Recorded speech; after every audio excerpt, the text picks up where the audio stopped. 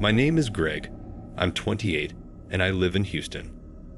I had just started a new job at a large distribution warehouse, hoping to get back on my feet after a rough year. The pay wasn't great, but it was work, and I figured it would be easy enough. Just moving boxes, loading trucks, the usual stuff. On my first day, everything seemed normal at first. I was introduced to a few coworkers, and the warehouse manager, Tony, showed me around. The place was massive, filled with crates and boxes stacked at the ceiling. After a quick orientation, Tony handed me a clipboard and pointed me toward the far corner of the warehouse. "Got a special shipment over there that needs handling," he said, his tone casual, but his eyes seemed to avoid mine. I didn't think much of it at the time. I walked over and immediately noticed something strange about the crates. They were bigger than the others and heavily secured, not the kind of packaging you'd expect for regular goods. Each one was marked with weird symbols and strange labels. Some had names, but no addresses, just codes and numbers. That felt off. But it was my first day, and I didn't want to ask too many questions. As I started to inspect the crates, curiosity got the better of me. I gently pried open the edge of one, just enough to peek inside. What I saw made my heart skip a beat. The crate was filled with weapons, guns, rifles, and boxes of ammunition. I quickly shut it, trying to act like I hadn't seen anything. But the more I looked around, the more I realized something wasn't right. Another crate had what looked like sealed bags of white powder. It didn't take a genius to figure out what that was. My stomach churned. This wasn't just a normal warehouse. It was a front for something much darker. I tried to keep my cool, but my mind was racing. I needed to tell someone. I approached Tony again, carefully choosing my words. "Hey, about that shipment in the back. I think there's something off with it." Tony's expression changed immediately. His friendly demeanor dropped, and he gave me a hard look. "You're new here, Greg. Best to keep your head down and do your job." That's when I realized I was in serious trouble. I went back to my station, trying to act normal, but I knew I couldn't just ignore what I'd found.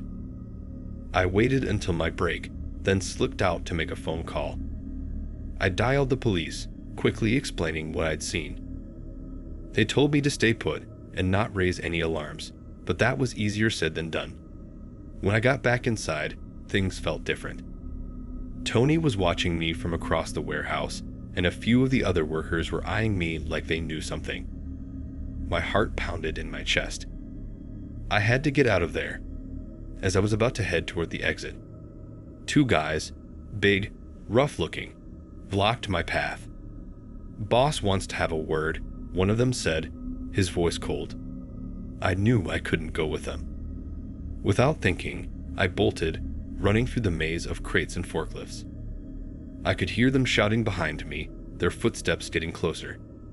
Just as I reached the side door, I heard the wail of sirens in the distance. The police had arrived. The next moments were a blur.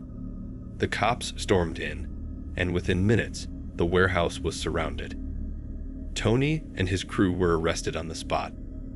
As they led Tony away in handcuffs, he glared at me, his eyes filled with rage. It turned out the warehouse was part of a massive trafficking operation. Illegal weapons, drugs, everything. The authorities had been investigating for months, but hadn't had enough evidence to make a move. My call had given them the break they needed.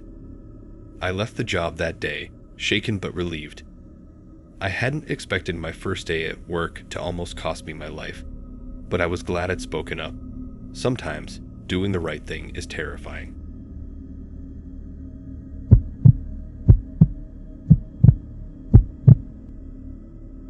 My name is Laura.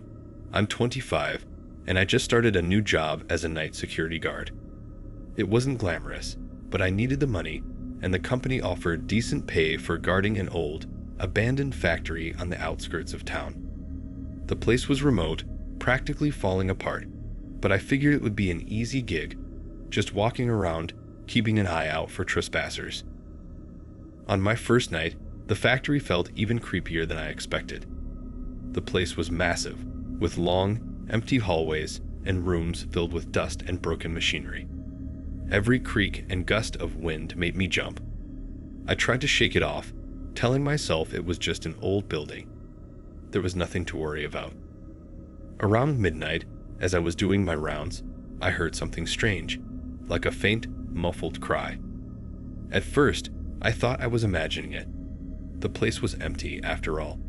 But then I heard it again, clearer this time. It was coming from somewhere deep inside the factory. Curiosity got the better of me, and I followed the sound. It led me to a part of the factory I hadn't been to before, a dark corner with a door I hadn't noticed earlier.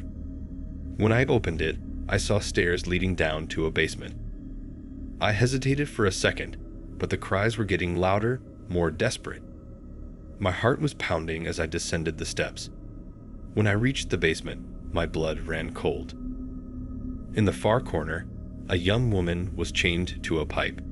She was bruised, her clothes torn, and her face covered in dried blood. She looked up at me with pleading eyes, struggling to speak.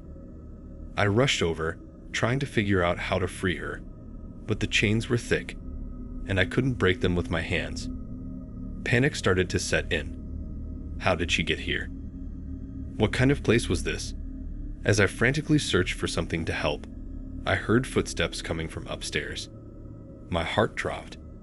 The intruders, whoever had done this, were coming back. I quickly hid behind a pile of crates, clutching my phone in my shaking hands. There was no signal down there. I had to get upstairs to call for help, but I didn't want to leave the woman alone. The footsteps grew louder, and voices echoed down the stairwell. It sounded like 3, maybe 4 men. Taking a deep breath, I quietly crept back up the stairs, praying they wouldn't hear me. As soon as I reached the main floor, I bolted for the nearest door and finally got a signal on my phone. I dialed the police, whispering my location, barely able to keep my voice steady. I heard the men shouting from below. They had found the woman. The next few minutes felt like hours, but finally, I saw the flashing lights of police cars pulling up. They stormed the building, and within moments, the men were arrested. The woman was freed and taken to the hospital. I was shaking, completely overwhelmed by what had just happened. My first night on the job had turned into a nightmare, but I was relieved knowing that woman was safe, and those monsters wouldn't hurt anyone else. I'll never forget that night, the fear, the helplessness, and the relief when it was finally over.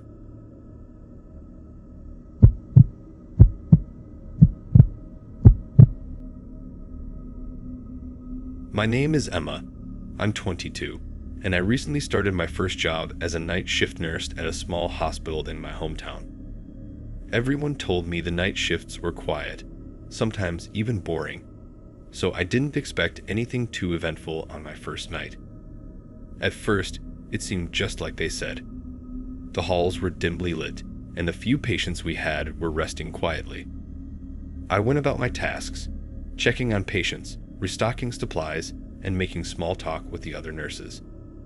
It wasn't until around 2 a.m. that I noticed something strange. There was a man who had come in earlier that day for a routine checkup. Nothing serious.